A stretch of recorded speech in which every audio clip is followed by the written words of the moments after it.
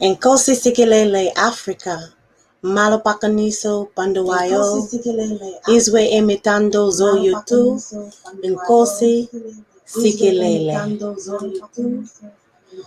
We are here again, and let's see if we can turn out this double music. All right.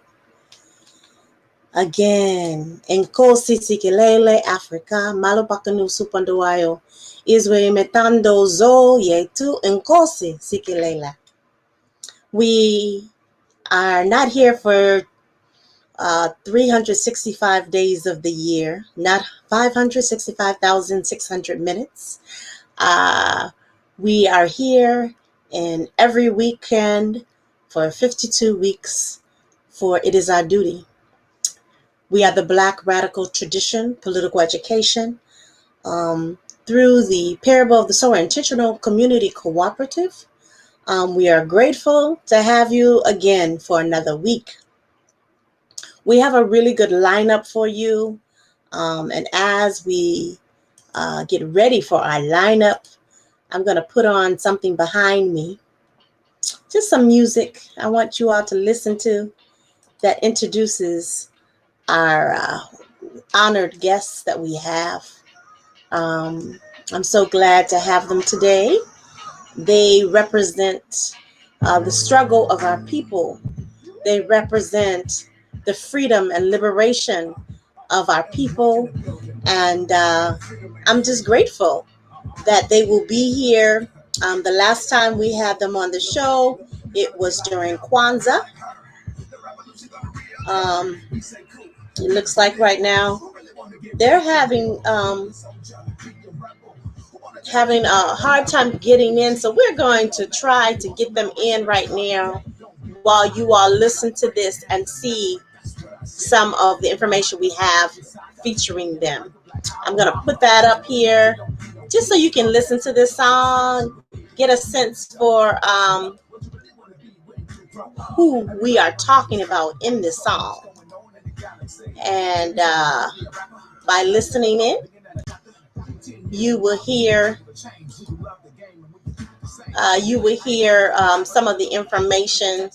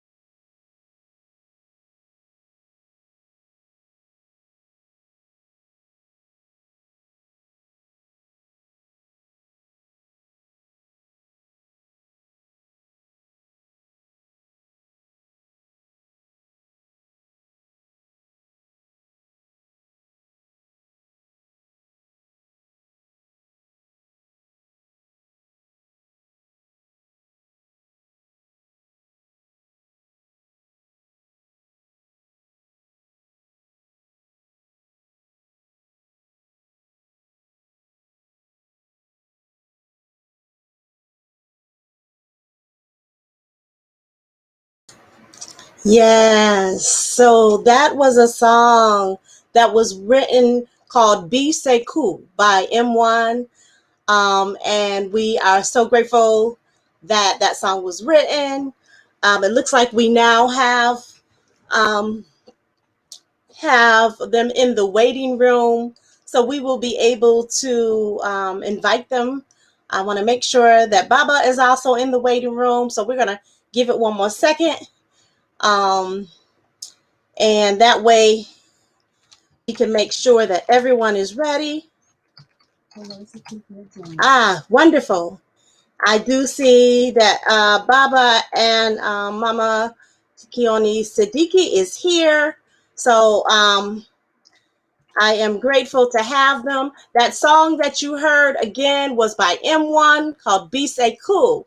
And in Kosi Sikilele, Africa, Malupakani Supanduayo, Israel Matanda Zoyo Tu, and Kosi Sikilele. We say that again because as the introduction for It Is Our Duty to Fight, it's important that you understand that this show is to feature Black radical tradition, to give political education in a time of 2021 after the pandemic of 2020 and the uprising. So to introduce these wonderful guests we have today, I am going to steer some reading for you. And I'm going to start off with this. This reading that I have comes from the book that both of them are centered in, that put us right in line into what we're doing in the 2021 that you'll hear from them in. And I'm going to say the words right now from Look for Me in the Whirlwind by saying an introduction by Shaba Om. We, the members of the New York Black Panther 21, were indicted for conspiracy to destroy public property, to hurt and maim police officers and other officials. It became clear after our long trial and acquittal that the real conspiracy was on the part of the police and the U.S. government to disrupt and destroy the activities of a central branch of the Black Panther Party. Harlem has always been a special place. From the time of the Harlem Renaissance to our time in the 1960s, it was a center of powerful Black thought, of women and men working for our freedom. Dr. W.E. Du Bois and Congressman Adam Clayton Paul were key figures. And of course, Minister Malcolm X was a renowned leader of the Harlem community. The U.S. government also saw Harlem as an extremely key place. They were very upset about the Panthers having a strong branch there. And Harlem being Harlem, we had a very active chapter, including the wide distribution of our newspaper up and down 125th Street. We covered every corner with the paper, which was filled with information on the hardships facing the Black community and the need to fight back. The Panther 10-point program was primarily a means of educating the community, and the Panther newspaper included both the program and details of how the people were dealing with it. But what I really learned while on trial with the 21 was that from the point of view of the U.S. government, educating our people was a detriment to American society. We were very proud of who we were as a people as we began to learn and read about our history from renowned historians and activists. The police and the government came down really hard on the New York branch. They were at least 3 undercover officers in our chapter working to weaken us at all times. There was a Bureau of Special Services called the BSS, popularly known as the Red Squad, within the New York Police Department, which was essentially a local part of the FBI's illegal counterintelligence program called COINTELPRO. And so in this introduction, I want to say this last part, which really centers what's going to happen in this conversation today. And he says, but the power of a whirlwind is that it comes out of nowhere and takes over everything. It has a unique beauty about it in the sense of ultimate transformation. Our 21 was of the 1960s, and now we are all face the 21st century. As Panthers, we were always taught to have undying love for the people. The love was there then, it is here now, today, and it will remain forever. It must and will encircle and protect us all. Read who you are. Read who you are and be who you are, and look for yourselves, discover yourselves in the whirlwind of the 21st century. Again, this is written by, the introduction is written by Shaba Om, and it's called Look for Yourselves. And today I introduce to you in this wonderful segment to bring about, all the information on where we are and where we are to move for 2021. None other than our dear Baba Sekou Odinga, who I think is here with us, as well as his lovely wife, Mama Dikil Kioni Sadiki. Thank you both for coming in today. Hey, Baba, good to see you both. Hey, welcome. Can you hear me okay? Okay, I can hear you. I can hear you. Can you hear me? All right. Well, welcome. Though. I don't know why that is, but I hear echo. Okay. Peace. Power to the people. Power to the people. Yes. Well, we're so grateful to have you. I thought I lost you in the beginning. I played that song by M1 just to give it some more time, and we were able to get you on. This is a I've very lost you. I can't hear you now. okay. It may go in and out, so let's see. I see that Baba's I don't know if your internet is going out, but that's all right. We're going to continue on. Mama Sadiki, I see that you seem okay. Can we start off by talking about a little bit about the 2021 work that you all are doing right now? Okay, well, I'll defer that to Sekou, but I do want to give some context. One, just thank you for inviting us to be here and to be a part of this discussion, because we know that the struggle continues, and so the work continues, because oppression of Black folks, of African folks, continues. So, but I do want to give some context to that song that you played, Be Sekou, that was done by M1. That's a collaboration with M1 and Divine RBG, a hip hop artist here in from the Bronx, and it was a part of a Culture is a Weapon compilation that included music, hip hop, poetry, jazz, spoken word, from Bilal Sunni Ali to Asha Bendeli to just Amina Baraka, a bunch of different artists who contributed work. That was, the CD was called Freedom Ain't Free, and it was a tribute to the Black and New African freedom struggle and our Black and New African political prisoners and prisoners of war. So I wanted to give some context to that song, that M1 Yes. and Divine RGB. It was about political prisoners and the Black freedom struggle. So that's why it was Be Sekou, Be Jaleel, who really want to get free for real. So and it was actually there's a video, and that video was directed by Jamal Joseph, who was also a Panther, but also one of the 21, as you read from the Look for Me in the Whirlwind, right? From the Panther 21 to 21st Century Revolution. Jamal Joseph was one of the 21 as well. So he's in that book. He's in that book as well. And as a filmmaker, he did the video for that song. So that was a collaboration, and it was about people coming together, artists donating their skills and time for to pay tribute to our freedom struggle.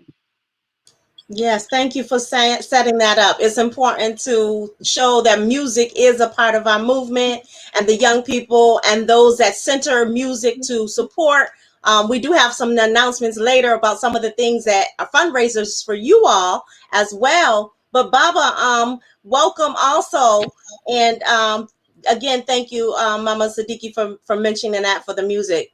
I wanted to start, if it's all right, instead of starting right with the 2021 work, Baba, can you tell us a little bit about how you've processed coming out of prison, being here with us now? We're so grateful to have you. Well, it's been a challenge. It's but I've been blessed to have my wife, my family, and other comrades around to help me make the transition.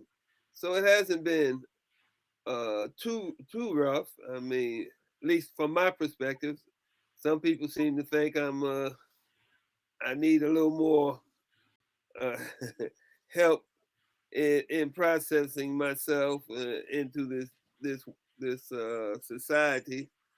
Uh, I know I bring a lot of baggage with me from 33 years behind the bars. It's kind of difficult to leave it all behind them bars, you know. So, but I'm I think I'm dealing. I'm processing it all. I mean, it's a new world. It's a different world than it was in 1981 when I left this here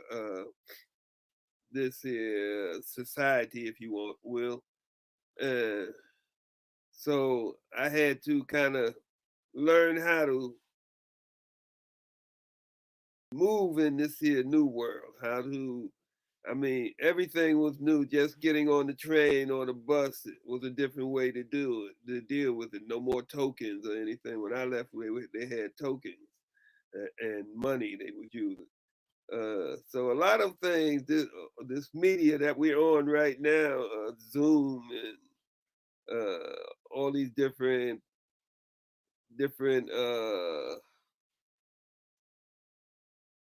electronic media that we have now, the Facebook and the Instagram and YouTube and all that was new, and it's still kind of new to me. I'm still learning how to deal with it all. I'm never real sure how to deal with it all, but I've been able to pretty well get back into life here in the outside prison instead of in the inside prison. So I just like to say he's better at this technology and he has more patience with this technology than I do. And that was something that he said when he was in. We are in changing worlds, that is for sure. But he's better at it.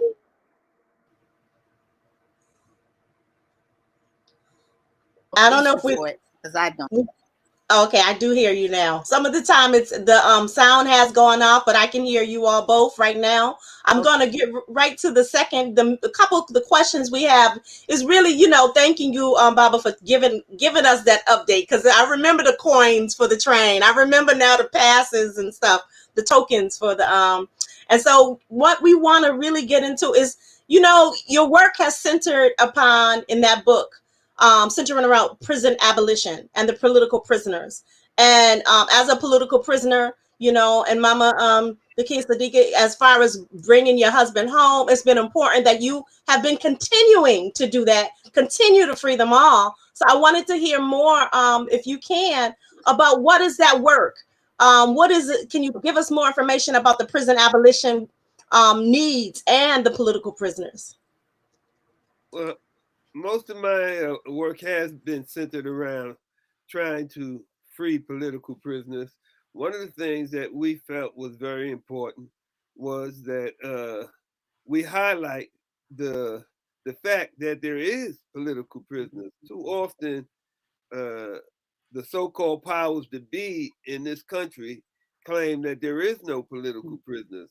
And people buy into that and really don't understand and don't really realize that there are political prisoners and that they deserve the same type of support that political prisoners all over the world have gotten from their people. You know, we even here in this country all supported uh, Nelson Mandela. when he was a political prisoner, and we accepted that he was a political prisoner without no real discussion on that. But now, when it comes to our own political prisoners, our Nelson Mandelas, people like Sundiata Acoli, who's been down way longer than Nelson Mandela ever was there, that recognizing that he's a political prisoner and he deserves our support, and we need to be bringing him home. He's an 84-year-old prisoner who's been down now for close to 50 years, about 48 years now. He's been incarcerated, and he's never wavered in his support for Black people and their right to struggle and their right to be free. And so we need to bring him home. We need to bring our other political prisoners home, like Russell Schultz, who's been down also for many years, Mumia Abu Jamal, Mutulu Shakur, Kamal Siddiqui, Ed Pondexter, Veronza Bowers,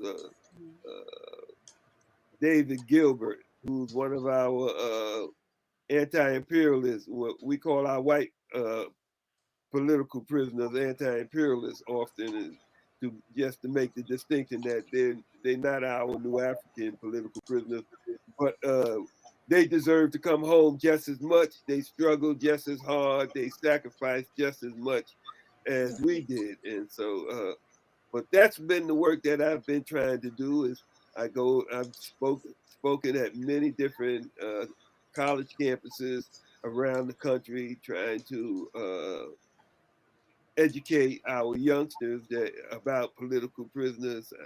I also help organize the Northeast Political Prisoner Coalition here in New York, which was a coalition of groups and people who support political prisoners, trying to bring them together so that we can work collectively instead of individually, because we know together we're much stronger than separated. And so, Yes. So that's kind of been the real work that I've been doing. I do, as you say, support the abolition, the abolishment of prisons. I don't think they serve a real purpose. I think we should come up with something better, just like I think we need a different policing, community policing,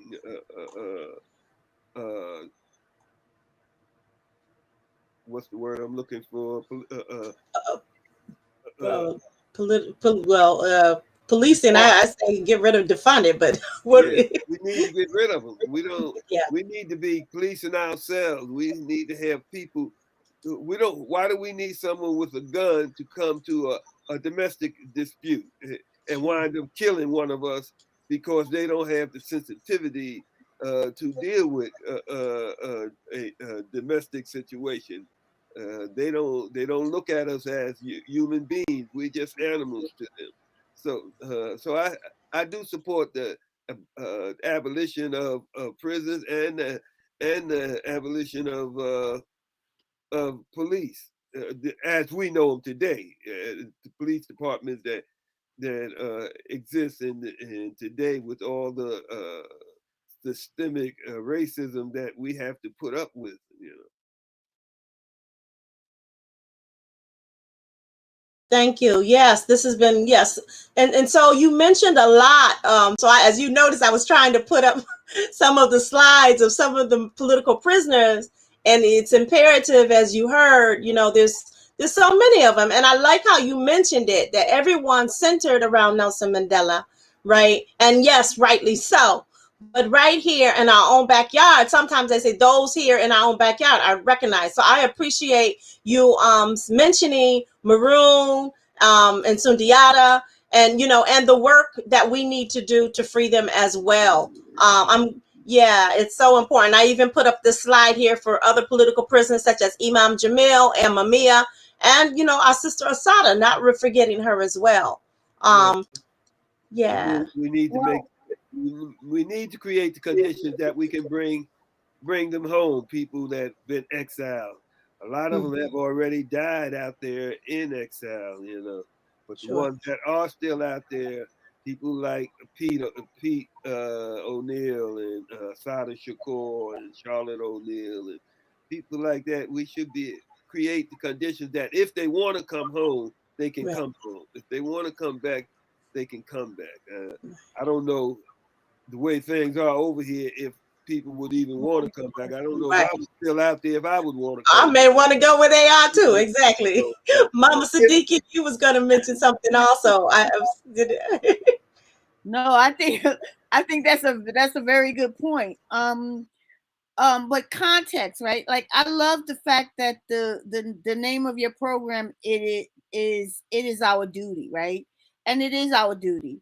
It is our duty to fight. Like this is not just a saying. This is not just a line from a poem where people recite it at a protest and then they don't do anything else with it. This is about living, breathing, and working to say it is our duty to not just fight for our own freedom, but to fight for definitely the freedom of those who are in prison because they were fighting for our freedom and our liberation and against injustice and oppression. And I think that I'm a big believer in that context, and historical context is really important. Police in the context of this society exists because capitalism exists, right? We didn't have African indigenous nations didn't have police, right? Capitalism created conditions. Well, first of all, police were the overseers. That's how KRS-One described it, and then they became officers, right? So we always have to remember that they started out as overseers and slave catchers, and it's the same thing. Lock African people up, uh, and that's what they continue to do. But capitalism creates conditions where people's material needs are not met, their spiritual needs are not met, their educational needs are not met, their healthcare needs are not met, their employment needs are not met. None of their material condition needs are met. And so as long as there's capitalism, then people are going to be oppressed and people are going to be marginalized.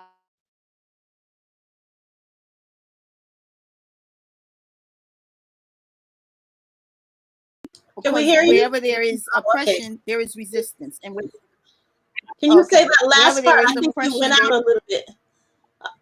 I was saying that wherever there is oppression, there is resistance. And where there is resistance, there is repression. And that's why we have political prisoners.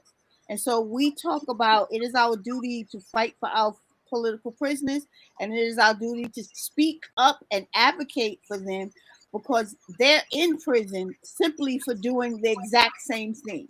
They recognized even before it became a slogan, if you will, that it Right. was their duty to fight. They didn't need a poem to say that or Right. lines from a poem to say that at a protest. They lived and breathed it. That's where the 10-point platform and program came about. That's where people got up 3 o'clock in the morning to go feed other people's children.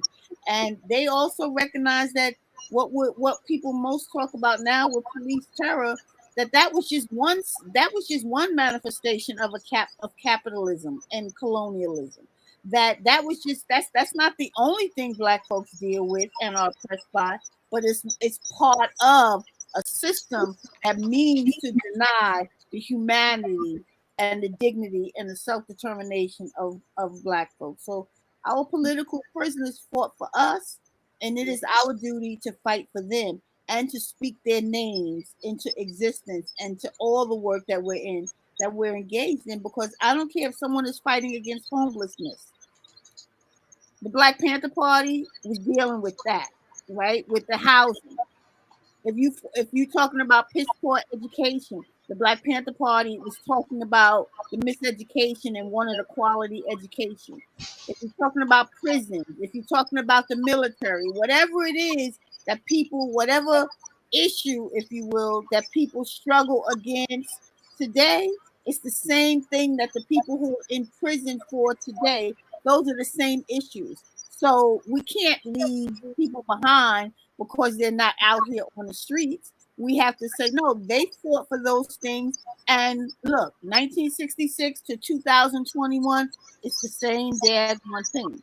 And Yeah, so and it's we don't, funny you said that because I wanted to quote something from you. You said in the book, and you're talking about this same thing because I love your chapter. You said they tackle some of the questions most on people's mind. Is there anything any of them would have done differently if given a chance? What challenges did they face then, and what challenges do they face now? What have the lessons learned? What have it meant to leave their still imprisoned comrades behind the wall 30, 20, or 2 years after their own release from prison? Most importantly, what messages of hope, resistance, and vision do they have for current and future generations of revolutionaries? I really loved some of the things that you said in the chapter.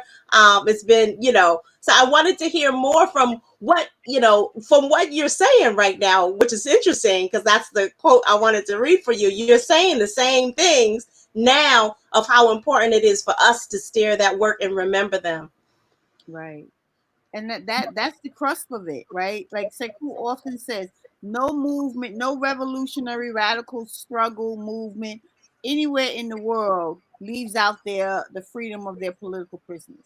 Because they are, as Yuri Kuchiyama, may she rest in power, said, they are the heartbeat of the struggle. Political prisoners are the heartbeat of the struggle. And if we want to inspire young people to get involved, then we have to set the example that says, we don't forget, right? Right. Because where there's, like I said, resistance, there's going to be repression, and prisons are used to repress, right? So whether someone is political or not, prisons are used to repress because they repress communities, right?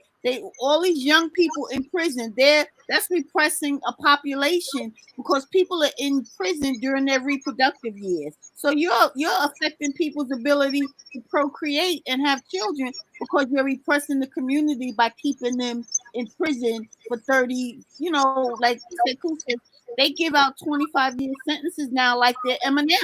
It's crazy. Not like when he was 16, 17 years old, you got charged with something, you went for maybe 3, 4 years. But Yeah. now, right off the bat, 17-year-olds are getting 25 years. What is that but genocide? Exactly. I have some comrades that was working with us to free Marissa Alexander, and when we were working for Trayvon Martin and getting the DA. We did get rid of the district attorney, Angela Corey, but now there's 3 young people, and I need to mention that had 40 years. One of them was with us in this work, so 40 years, that DA said she wanted 1 million young people anyway, which is why we got rid of District Attorney Angela Corey. It's important to say that. But she has 3 of my comrades who were young men. They're all African American men. And to say that, like you're saying, it is by design. This system does this on its purpose. And for the reasons that they were in have nothing to do with a sentence that would be for 40 years. Just like the young people that was selling drugs, that was weed, and now it's a white man's business. It's the same thing in how they put us in incarceration. I'm so grateful that you're mentioning that. I know Baba has left now for a second. I'm gonna bring him back, but I wanted to see if you can also talk about the work you all are centering for 2021, because I do agree how a lot of my reasons I think a lot of people have forgotten, as we say, the political prisoners, is because there's an agenda with nonprofit industrial complex, I would say, or those working in elections to say, well, put that aside. We got other things to do. How can you tell us about this work we need to re-steer for political prisoners, and what is your other work that you all are doing for 2021? Mm-hmm.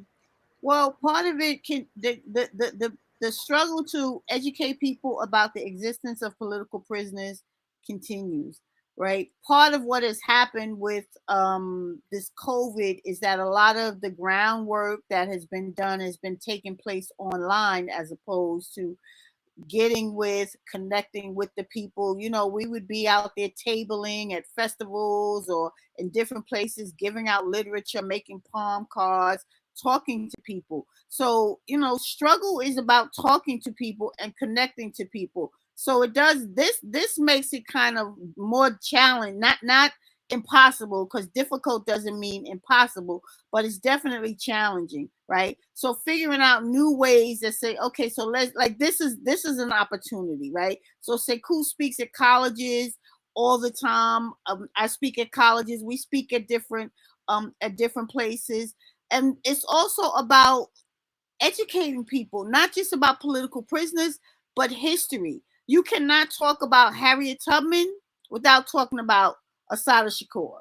You cannot talk about Nelson Mandela or Nat Turner or any of those people without context. Is so important. And unfortunately, a lot of us lack the context to understand that this struggle, the Black liberation movement, has been a continuum since 1619. And so all that changes is the date on the calendar and the people that are involved in the struggle. So let's not glorify the heroes and the sheroes of the past without including the ones who are amongst us in the living. So what do we do? We talk about them. We talk about them every chance we get. In a forum, we raise their name. Yes. Uh-oh, did we lose your voice or your sound? Parole. I hear you now.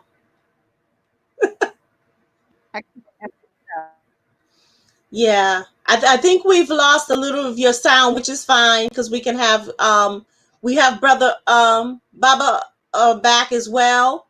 And I'm sorry if you wanted to repeat that last thing you said. I'm sorry about the sound. I heard it leave, disappear.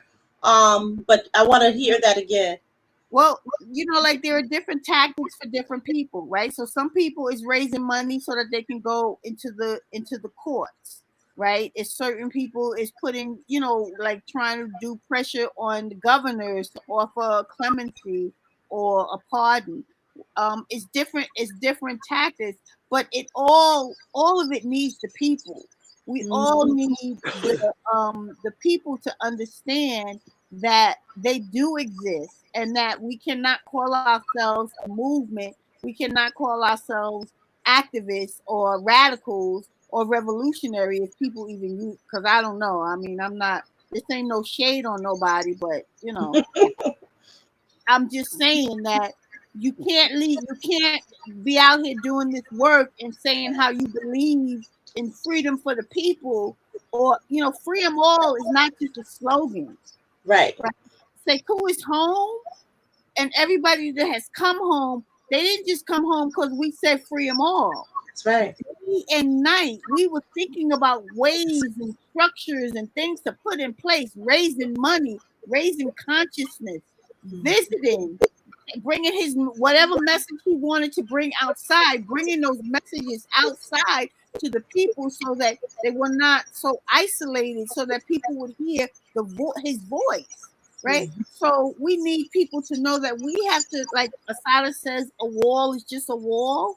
We got to scale those walls in figurative ways and say, what can we do to bring the voices, to bring the existence of our captured freedom fighters into this work, right? I went to visit Sundiata a couple of weeks ago, and it was really traumatic. And it was traumatic because today is the anniversary of that assault on the New Jersey Turnpike, right? May 2nd. So as Sekou said, he's been in prison 48 years, right? And going to visit Sundiata. Sundiata is 84 years old. It's 84. He's in prison because Assata is in exile.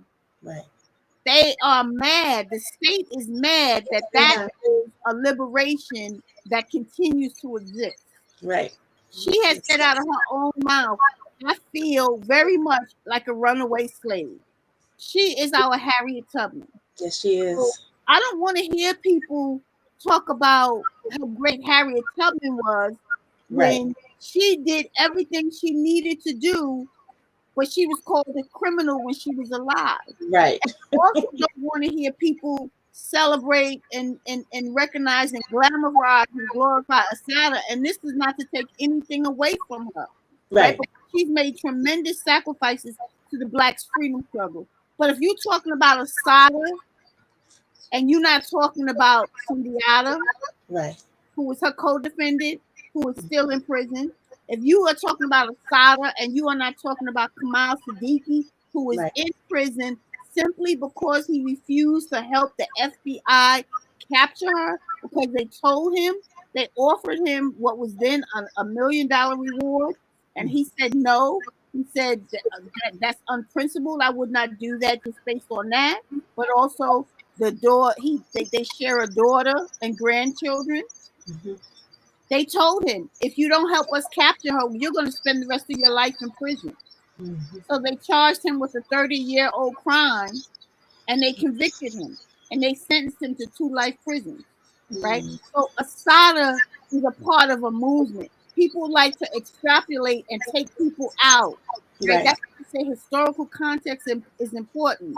Mumia is not Mumia by himself. Mumia is a part of a movement. Assata is not Assata by herself. She's part of a movement, right? That a Black liberation movement that began back in 1619. And so we have to have that context and that kind of conversation and those kinds of historical lessons so people understand that is why it's our duty to fight for our freedom fighters.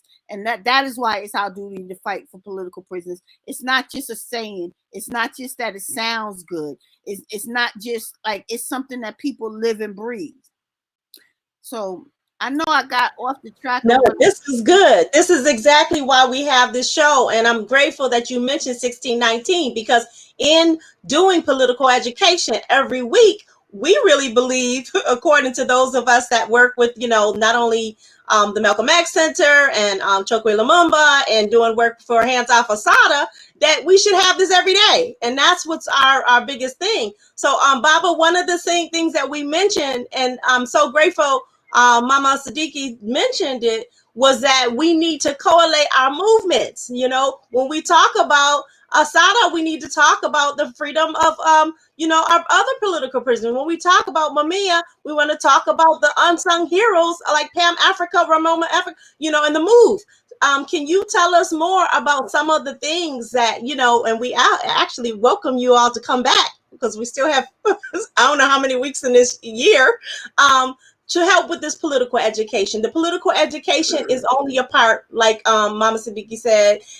We decided to do the political education, just like when I teach New African Scouts, it's about what are some of the 2020-21 most important things that we haven't steered since 1619. What are some of the things, Baba, you would like to see that needs to be recognized even more louder in our political education, especially for these forces that have not studied? Well, one of the things I would like to see is the right to struggle. People need to know that they have a right to struggle, a responsibility to struggle by any means. We cannot allow the oppressive and repressive forces to dictate to us how we struggle. They say that often you hear them say that we'll allow such and such people to be liberated, but we're not going to allow nobody who was involved in violence. Well, violence has been committed against people of African descent in this country forever, ever since they've been here. And we have a right to defend ourselves by any means. One of the things I wanted to point out while my dear wife was talking about, when you speak about when you speak about Assata, you can't forget Sundiata. You can't forget Kamal Siddiqui, because he's there because of her. Also, you can't forget about Mutulu Shakur, because he was sentenced for being part of the liberation of Assata. He's doing time because she's free. So I think that's one of the things that we need to understand, is that there's many ways that we can struggle today to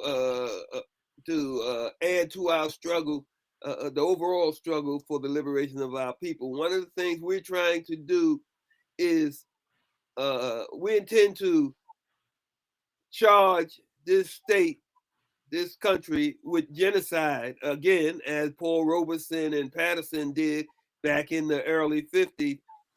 In October of 2021, we intend to have a international tribunal where we charge genocide. But we charge this country for genocide against our people, and to hope that the international luminaries, the judges who will be sitting to hear our charges, will find them guilty and take it to the UN and use that to help bring the consciousness to the world about our political prisoners and prisoners of war, and their right to be freed, and that we will build a movement of people around the world to free our political prisoners. Yes. So that's some of the work that we're doing in 2021 that we intend to charge, as we do charge this state, this country with genocide. And we need to understand that what genocide is, it's destruction, the deliberate destruction of members of a particular group of people for their own purposes, and that has happened to us since we've been here. First they was slaughtering us to terrorize us into accepting enslavement. You know, that the purpose was an economic purpose. Like all of it is, all prisons is an economic. There's economic reasons behind prisons. They didn't just spring up to punish the bad doers. They initially came about to continue the enslavement of our people. Once they were supposedly freed, then they would they come up with these laws to lock them up and then lend them out to the plantation owners so that they could still get that free labor as prisoners. The 13th Amendment made it legal to keep us into enslavement as long as they say we're prisoners. That's the asterisk. That's the what? Addendum. That's the addendum to make us, to keep us as slaves. As long as they can say he's a prisoner, they can get that free labor from us. And throughout this country, prisons are doing labor. People forget that when I was in prison, we were making military cables for that war over there in Afghanistan and in the different countries in the Middle East. The furniture that is being used in these different departments, State Department, Congress, Senate, a lot of that furniture is being made in federal prisons. With that cheap labor, or almost free labor, all free. No, all free. Or free. Yeah. We know that historically, prisons have made license plates, in the past. And then they turned around. I paid over $200 to get my license plate, for that free labor, So they turn around and they capitalize it. Everything in a prison costs money. Right. The suit that the prison guards wear, though, that costs money. The sheets, the pillowcases, the pencils, the pens, everything costs money, and someone is capitalizing off of it. The prison industrial complex is a very real thing. Right. There are very high place officials that are capitalizing them. People in Congress get shares in these prisons and in these different companies that cater to these prisons. Yep. And we need to know that. Private prisons, yes. Well, Yes. And I'm yeah. sorry, I kind of got off the. that's okay. Well, I want to make that announcement though, because that was my last thing on the show today, was to talk about the International Tribunal.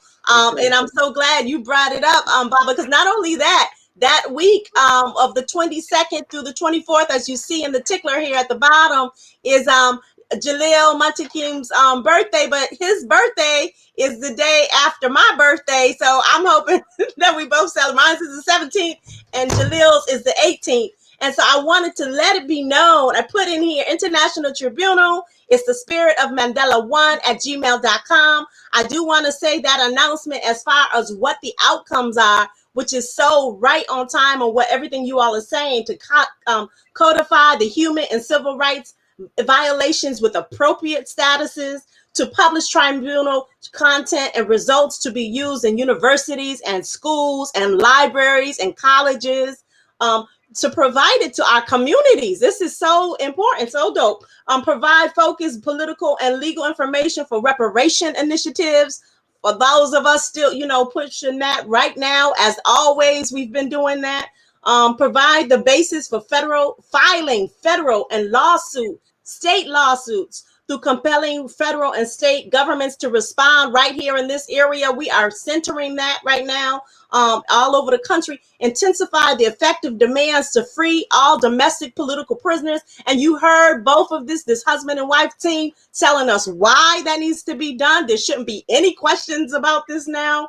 To build a national network of activists, academics, lawyers, clergy, organizations, and businesses concerned about the government's ongoing human rights violations. And then lastly, because we do it in 7, just like Saba for Kwanzaa, establish a national people senate. That's what I'm talking about. The people senate, to represent the interests and needs of people of color in the United States, across all our states, territories, indigenous tribal lands, and faith groupings. So yes, as Baba mentioned, this is what we want everyone to look for. And this venue is going to happen virtually and live streaming as well. But we have 5 more minutes. This has been very full. I'm very excited. We do like to have some type of booklet or words that we put on our website as well. So I'm going to probably get back to you all on maybe some type of guide you can have us for those schools that we'll be introducing this political education classes to. I want to hear your last 5 minutes. You all take the floor and tell us just some things that maybe we've forgotten, or you want to spell loudly on announcements and things to look forward for. So I'll leave it to both of you to do that. I would just repeat what I've been saying, that there is a real need to support our political prisoners, and to make that a priority. You can go to JerichoMovement.com, thejerichomovement.com, I believe it is, and learn the different names of our political prisoners, the addresses where they are, find out their committees, the addresses to some of their committees, and get involved in trying to help free our political prisoners. You mentioned the book, Look for Me in the Whirlwind. I sell copies of that book for $25, $5 postage and handling, that you can buy if you went from me, if you wanted to. It also sold on Amazon if people wanted to go there. Obviously I would prefer them to buy it from me. Can we get your address, Baba? How do you want us to get that from you? Is there a website or Facebook page? You have PayPal. Just okay. Go have a PayPal, PayPal.me.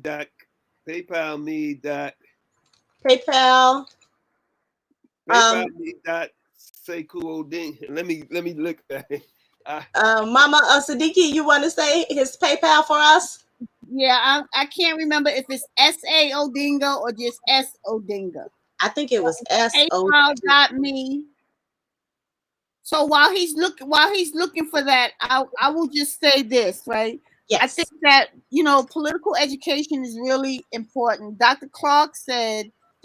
John Henrik Clarke said, history is our time clock. It tells us where we were, where we are, and where we are going. So that you are doing this, that this tribunal is happening, it's just another example of the struggle being protracted and continuing. Every decade, every generation of people have to do their part to carry it further, right? So Paul Robeson did the tribunal. Other people have done it. Malcolm, Queen Mother Moore, Malcolm was carrying forward the struggle to take the United States to court at the United Nations. Like, everybody has to carry it forward. So I think that that's one of the most important things for us to remember, is that we carry this forward, and that it is our responsibility to carry it forward.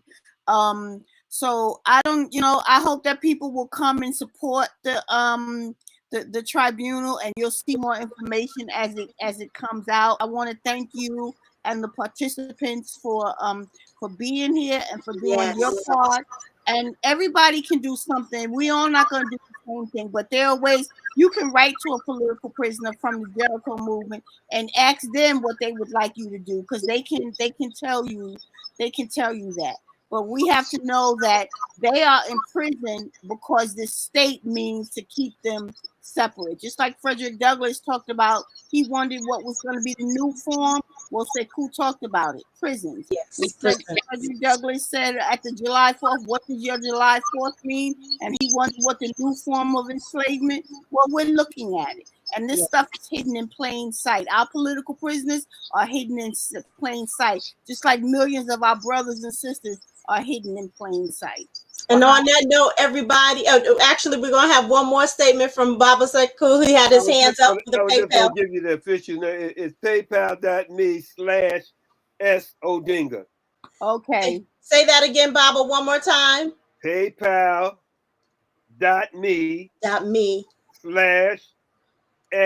Odinga. Okay. So Got it. I incorrectly, I said the S.A. Odinga. It's just S. Odinga. I put it in the chat, right? Oh, thank you. And I'll put it right there at the bottom.